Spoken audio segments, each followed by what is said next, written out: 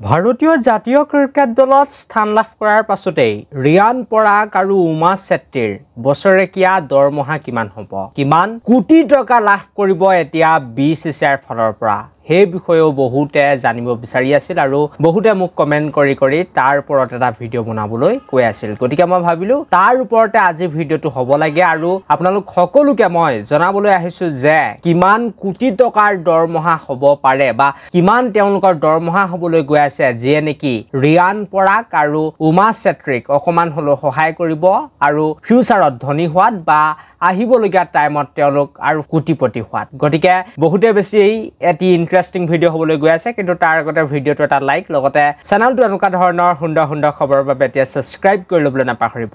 আৰু আমি সকলোৱে জানো যে ৰিয়ান পৰাগ আৰু উমা চেত্ৰীয়ে প্ৰায় দুখন T20 মেচ খেলিছে, দুইগৰাকী খেলুৱৈ খেলিছে। উমা চেত্ৰীয়ে ইণ্ডিয়ান ওমেন টিমৰ হৈ খেলিছে আৰু আমাৰ ৰিয়ান পৰাগে ভাৰতৰ পুৰুষ দলৰ হৈ খেলিছে। কিন্তু BCCIৰ এটা নিয়ম আছে যে যদি আপুনি এটা বছৰেকত 10খন T20 মেচ খেলিছে তেনেহলে আপোনাক BCCIৰ যি চেন্ট্ৰেল কন্ট্ৰেক্ট আছে সেই চেন্ট্ৰেল কন্ট্ৰেক্টত অন্তৰ্ভুক্ত কৰি দিয়ে। যদি আপোনাৰ আগতে BCCIৰ চেন্ট্ৰেল কন্ট্ৰেক্টত কোনো নাম নাই, হয় এতিয়া মই যদি ধৰি লওঁ তেনেহলে ধ্ৰুৱ জুৰেলৰ মই এটা উদাহৰণ ল'ব পাৰো। ধ্ৰুৱ জুৰেলৰ BCCIৰ চেন্ট্ৰেল কন্ট্ৰেক্টত নাম নাই, কিন্তু তেখেতৰ নামটো অতি শীঘ্ৰেই BCCIৰ চেন্ট্ৰেল কন্ট্ৰেক্টত অন্তৰ্ভুক্ত হ'ব আৰু মাহেকত তেওঁ বছৰেকত তেওঁ কোটি টকা দৰমহা পাব।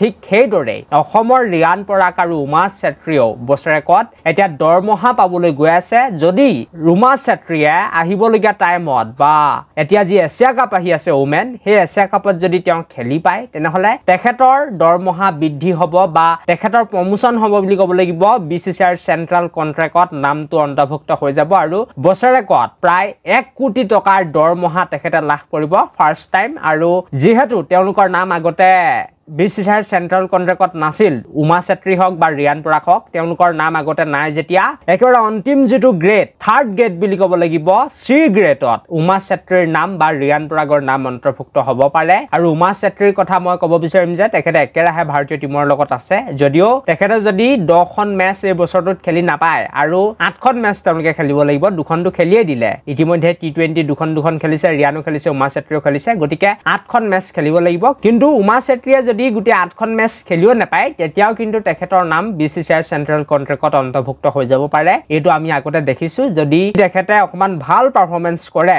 যিকেইখন মেচত সুযোগ পায়, তেতিয়াই কিন্তু নামটো অন্তৰ্ভুক্ত হোৱা দেখা যায়। আৰু ৰিয়ান পৰাগো যদি আহিবলগীয়া টাইমত সুযোগ পায় তেনেহলে ৰিয়ান পৰাগৰো বছৰেকত দৰমহা ফাৰ্ষ্ট টাইম 1 কোটি টকা হ'ব, কিন্তু মেচ ফিজ তেওঁলোকে লাভ কৰিব। এতিয়া যি জিম্বাবৱে সিৰিজত ৰিয়ান পৰাগ আছে তাত সুন্দৰভাৱে ৰিয়ান পৰাগে মেচ ফিজ লাভ কৰি আছে। এখন মেচৰ বিনিময়ত 3 লাখ টকা, আৰু যিকেইখন খেল তেখেতে খেলা নাই, বেঞ্চত বহি আছে, তাত তেওঁ 1.5 লাখ টকাকৈ লাভ কৰি আছে। মেচ ফিজ পাবই, লাগিলে তেখেতৰ নাম চেন্ট্ৰেল কন্ট্ৰেক্টত থাকক নাথাকক এইটো মতলব নাই। গতিকে আহিবলগীয়া টাইমত দেখাটো লক্ষণীয় হ'ব যে ৰিয়ান উমা চেত্ৰীয়ে BCCIৰ চেন্ট্ৰেল কন্ট্ৰেক্টত সোমাব পাৰে নে নোৱাৰে বা অন্তৰ্ভুক্ত কৰে নে নকৰে এই দুগৰাকী খেলুৱৈ। কিন্তু মোৰ এনেকুৱা লাগিছে যে ৰিয়ান পৰাগক নকৰিলেও কিন্তু উমা চেত্ৰীৰ ফালে BCCI যাব পাৰে বা উমা চেত্ৰীৰ নাম BCCIৰ চেন্ট্ৰেল কন্ট্ৰেক্টত অন্তৰ্ভুক্ত হৈ যাব পাৰে, কাৰণ এছিয়া কাপ আহি আছে আৰু T20 ৱৰ্ল্ড কাপো ওমেন আহি আছে। গতিকে বহুত মেচ আছে এবাৰ মহিলাৰ, আৰু উমা চেত্ৰীয়ে সুযোগ পাব এনেকুৱা ধৰণৰ বৰ্তমান সময়ত খবৰ ওলাই আহিছে, বা